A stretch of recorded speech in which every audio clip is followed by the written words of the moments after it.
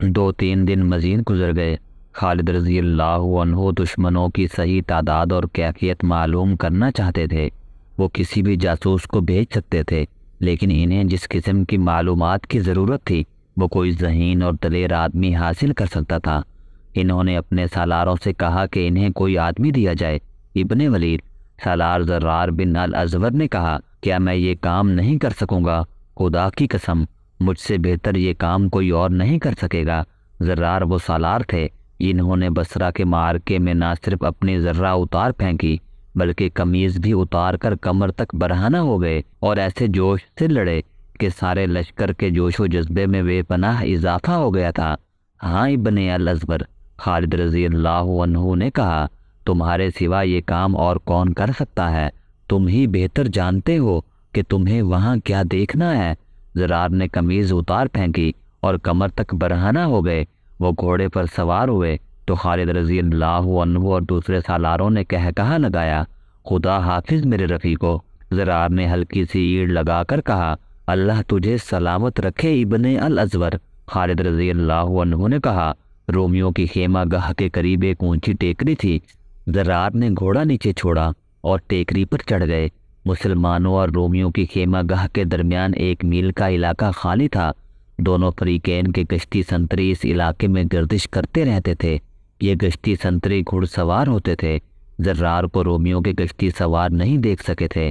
زرار ٹیکری پر چڑھے تو دوسری طرف رومیوں کے سنتری موجود تھے۔ انہوں نے زرار کو دیکھ لیا۔ زرار تیزی سے نیچے اترے اور کود کر گھوڑے پر سوار ہوئے۔ انہیں پکڑنے کے لیے رومی سوار ٹیکری کے دونوں طرف سے آئے۔ ان کی تعداد مورخوں کے مطابق 30 تھی۔ زرار نے گھوڑے کو ایڑ لگائی لیکن گھوڑے کو تیز نہ دوڑایا۔ رومی سواروں نے بھی گھوڑے تیز نہ دوڑائے۔ وہ غالباً محتاط تھے کہ مسلمان سنتری کہیں قریب موجود ہوں گے۔ پھر بھی رومی سواروں نے زرار کا تعاقب جاری رکھا اور زرار معمولی رفتار سے چلے آئے۔ رومی سوار انہیں گھیرے میں لینے کے لیے پھیلتے چلے گئے اور وہ ایک دوسرے سے دور ہوتے گئے۔ زرار ان کے بکھرنے کے ہی منتظر تھے۔ ان کے پاس برچھی تھی۔ ان کی اپنی خیمہ گاہ قریب آ گئی تھی۔ اچانک زرار نے تیزی سے گھوڑے کو پیچھے موڑا اور ایڑ لگائی۔ ان کا رخ اس رومی سوار کی طرف تھا جو ان کے قریب تھا۔ انہوں نے اس رومی پر برچھی کا وار کیا۔ وار بڑا زوردار تھا۔ رومی سنبھل نہ سکا۔ زرار کا حملہ غیر متوقع تھا۔ یہ سوار گھوڑے سے گر پڑا۔ دوسرے رومی سوار ابھی سمجھ بھی نہ پائے تھے کہ یہ کیا ہوا ہے کہ زرار کی برچھی ایک اور رومی کے پہلو میں اتر چکی تھی۔ تیسرا سوار زرار کی طرف آیا تو زرار کی برچھی میں پرویا گیا۔ مسلمانوں کی خیمہ گاہ قریب ہی تھی، پھر بھی رومی زرار کو گھیرے میں لینے کی کوشش کر رہے تھے۔ زرار مانے ہوئے شہ سوار تھے، وہ رومیوں کے ہاتھ نہیں آ رہے تھے۔ رومیوں کی تعداد اب 27 تھی۔ زرار بھاگ نکلنے کی بجائے انہی میں گھوڑا دوڑاتے اور پینترے بدلتے پھر رہے تھے۔ ان کی برچھی کا کوئی وار خالی نہیں جاتا تھا۔ واقدی اور تبری نے لکھا ہے کہ زرار نے برچھی کے ساتھ ساتھ تلوار بھی استعمال کی تھی۔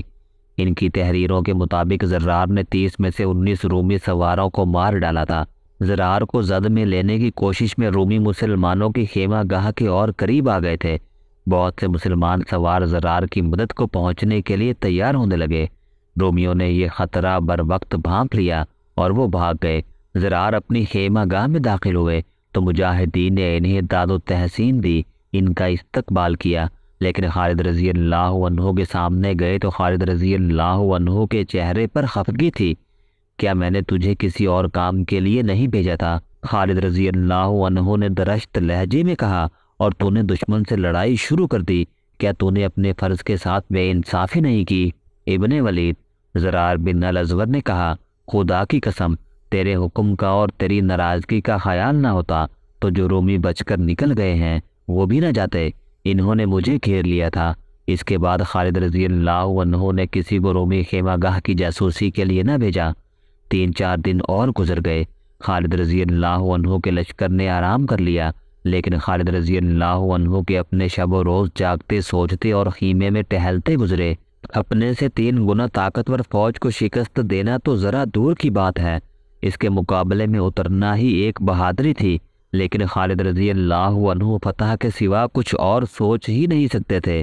وہ ہر شام سالاروں اور کمانداروں کو بلا کر ان سے مشورے لیتے اور ہدایت دیتے تھے۔ رومی کیمپوں میں کچھ اور ہی صورتحال پیدا ہو گئی تھی۔ ان کے سالار کلار کا حوصلہ جواب دے رہا تھا۔ متعدد مورخوں نے خصوصاً واقدی نے یہ واقعہ تفصیل سے لکھا ہے۔ میں بڑا ہی خوش قسمت ہوتا اگر میں مسلمانوں کی فوج سے دور رہتا۔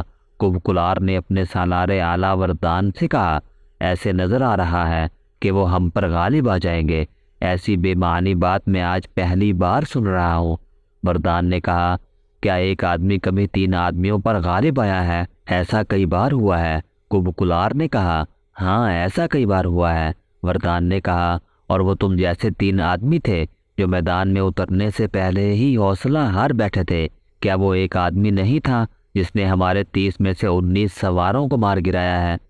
کلار نے کہا، 30 سوار ایک سوار پر غالب نہیں آ سکے، وہ سپاہی تھے، بزدل تھے۔ وردان نے کہا، تم سالار ہو، تم یہ بھی بھول گئے ہو کہ میدان جنگ میں بزدلی کی سزا موت ہے۔ لیکن مجھے یہ بتاؤ کہ تمہیں ہوا کیا ہے؟ کیا تم پر مسلمانوں کا جادو چل گیا ہے؟ جب سے ایک مسلمان نے ہمارے 30 آدمیوں کا مقابلہ کیا اور 19 کو مار گرایا ہے، میں سوچ میں پڑ گیا ہوں کہ اس ایک آدمی میں اتنی طاقت اور اتنی پھرتی کہاں سے آ گئی تھی؟ سالار کلار نے کہا، میں نے ایک عربی عیسائی کو مسلمانوں کے کیمپ میں بھیج رکھا تھا۔ وہ 3-4 دن مسلمان بن کر ان کی خیمہ گاہ میں رہا۔ کل وہ واپس آیا ہے۔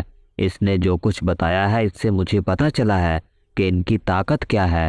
اس نے کیا بتایا ہے؟ وردان نے پوچھا۔ میں اسے ساتھ لایا ہوں۔ کلار نے کہا، ساری بات اسی سے سن لو۔ جاسوس کو بلایا گیا۔ وردان نے اس سے پوچھا کہ مسلمانوں کی خیمہ گاہ میں اس نے کیا دیکھا ہے؟ سالار اعلیٰ کا رتبہ کیسر روم جتنا ہو۔ جاسوس نے تعظیم سے کہا، میں نے اس خیمہ گاہ میں عجیب لوگ دیکھے ہیں، وہ جو اپنے آپ کو مسلمان کہلاتے ہیں، ہم جیسے نہیں۔ تم اتنے دن ان کے درمیان کس طرح رہے؟ وردان نے پوچھا، کیا تم پر کسی نے شک نہیں کیا؟ میں ان کی زبان بولتا ہوں۔ جاسوس نے جواب دیا، ان کے طور طریقے جانتا ہوں، ان کے مذہب اور ان کی عبادت سے واقف ہوں۔ وہ اپنی فوج میں آپ کی طرح کسی کو بھرتی نہیں کرتے۔ جو کوئی ان کی فوج میں شامل ہونا چاہتا ہے اپنا ہتھیار اور اپنا گھوڑا لے کر شامل ہو جاتا ہے۔ میں مسلمان بن کر ان کی فوج میں شامل ہو گیا تھا۔ میں نے ان مسلمانوں میں کچھ نئے اصول دیکھے ہیں۔ رات کو وہ عبادت گزار ہوتے ہیں اور دن کو ایسے جنگجو جیسے وہ لڑنے مرنے کے سوا کچھ جانتے ہی نہ ہو۔ اپنے عقیدے کے تحفظ اور اس کے فروغ کے لیے لڑنے اور جان دینے کو یہ اپنا ایمان کہتے ہیں۔ ان کا ہر ایک سپاہی اس طرح بات کرتا ہے جیسے وہ کسی سالار کے حکم سے نہیں بلکہ اپنی ذاتی لڑائی کے لیے آیا ہو۔ وہ سب ایک جیسے ہیں۔ لباس سے سالار اور سپاہی میں فرق معلوم نہیں کیا جا سکتا۔ میں نے ان میں مساوات کے علاوہ انصاف دیکھا ہے۔ اگر ان کے حاکم یا امیر کا بیٹا چوری کرے تو اس کا بھی ہاتھ کاٹ دیتے ہیں۔ اگر وہ کسی عورت کے ساتھ بدکاری کرتے ہوئے پکڑا جائے تو اسے سرعام کھڑا کر کے پتھر مارتے ہیں، حتیٰ کہ وہ مر جاتا ہے۔ یہ لوگ اتنے مطمئن ہیں کہ انہیں کوئی فکر اور کوئی پریشانی نہیں۔ سالار اعلیٰ اگر مجھے معاف کر دے تو میں کہوں، ہماری فوج میں وہ صفت نہیں جو مسلمانوں میں دیکھ کر آیا ہوں۔ مسلمانوں کا کوئی بادشاہ نہیں۔ ہمارے سپاہی بادشاہ کے حکم سے لڑتے ہیں، اور جب دیکھتے ہیں کہ بادشاہ انہیں نہیں دیکھ رہا تو اپنی جانیں بچانے کی کوشش کرتے ہیں۔ مسلمان ایک خدا کو اپنا بادشاہ سمجھتے ہیں اور وہ کہتے ہیں کہ خدا ہر جگہ موجود ہے اور انہیں دیکھ رہا ہے۔ مشہور مورخ طبری نے لکھا ہے کہ کلار بول پڑا، میں کہتا ہوں میں اس زمین کے نیچے چلا جاؤں جس زمین پر ان سے مقابلہ کرنا پڑے۔ کاش میں ان کے قریب نہ جا سکوں۔ نہ خدا ان کے خلاف میری نہ میرے خلاف ان کی مدد کرے۔ وردان نے کلار سے کہا کہ اسے لڑنا پڑے گا، لیکن کلار کا لڑنے کا جذبہ مانند پڑ گیا۔ 29 جولائی 634 کی شام خالد رضی اللہ عنہ نے اپنے سالاروں کو آخری ہدایات دی اور اپنے لشکر کی تقسیم کر دی۔ اس دن مجاہدین نے روز مرہ کی طرح فجر کی نماز باجماعت پڑھی۔ سب نے گڑ گڑا کر بڑے ہی جذباتی انداز میں دعائیں مانگی۔ بہت سے ایسے تھے جن کی آنکھوں میں آنسو آ گئے۔ ان میں سے نہ جانے کس کس کی یہ آخری نماز تھی۔ نماز کے فوراً بعد انہیں اپنے اپنے دستوں کے ساتھ ان جگہوں پر چلے جانا تھا جو ان کے لیے گزشتہ رات مقرر کی گئی تھی۔ سورج نکلنے سے پہلے خالد رضی اللہ عنہ کا لشکر اپنی جگہوں پر پہنچ چکا تھا۔ رومیوں نے یہ سوچا تھا کہ وہ اپنی اتنی زیادہ تعداد کے بل بوتے پر اتنا پھیل جائیں گے کہ مسلمان اتنا پھیلیں تو ان کی صفوں میں شگاف پڑ جائیں گے، لیکن خالد رضی اللہ عنہ نے تعداد کی قلت کے باوجود محاذ 5 میل لمبا بنا دیا۔ اس سے یہ خطرہ کم ہو گیا کہ رومی پہلوؤں میں جا کر یا پہلوؤں سے عقب میں جا کر حملہ کریں گے۔ خالد رضی اللہ عنہ نے دوسری دانش مندی یہ کی کہ اپنے لشکر کا منہ مغرب کی طرف رکھا تاکہ سورج ان کے پیچھے اور رومیوں کے سامنے رہے اور وہ آنکھوں میں سورج کی چمک پڑنے کی وجہ سے آنکھیں کھول نہ سکے۔ حسب معمول خالد رضی اللہ عنہ نے اپنی فوج کو 3 حصوں میں تقسیم کیا۔ ایک پہلو کے دستوں کے سالار سعد بن عامر تھے، دوسرے کے امیر المؤمنین ابو بکر رضی اللہ عنہ کے بیٹے عبد الرحمن، اور کلب کی کمان معاذ بن جبل کے پاس تھی۔ خالد رضی اللہ عنہ نے دونوں پہلوؤں کے دستوں کی حفاظت کے لیے یا مشکل وقت ان کی مدد کو پہنچنے کا یہ اہتمام کیا تھا کہ ان دستوں کے آگے ایک ایک دستہ کھڑا کر دیا تھا۔ 4000 نفری جس کے سالار یزید بن ابی سفیان تھے، خالد رضی اللہ عنہ نے کلب کے عقب میں محفوظ ریزروں کے طور پر رکھ لی۔ وہاں اس نفری کی موجودگی اس لیے بھی ضروری تھی کہ وہاں عورتیں اور بچے تھے۔ خالد رضی اللہ عنہ نے سالاری کے رتبے کے افراد کو اپنے ساتھ رکھ لیا۔ مقصد یہ تھا کہ جہاں کہیں سالار کی ضرورت پڑے ان میں سے ایک کو وہاں بھیج دیا جائے۔ یہ چاروں بڑے قابل اور تجربہ کار سالار تھے: عمر رضی اللہ عنہ کے بیٹے عبداللہ رضی اللہ عنہ، عمرو بن العاص، زرار بن الازور اور رافع بن عمیرہ۔ سورج طلوع ہوا تو رومی سندریوں نے اپنے سالاروں کو اطلاع دی کہ مسلمان جنگی ترتیب میں تیار ہو گئے ہیں۔ رومیوں کے اجتماع میں ہڑبونگ مچ گئی۔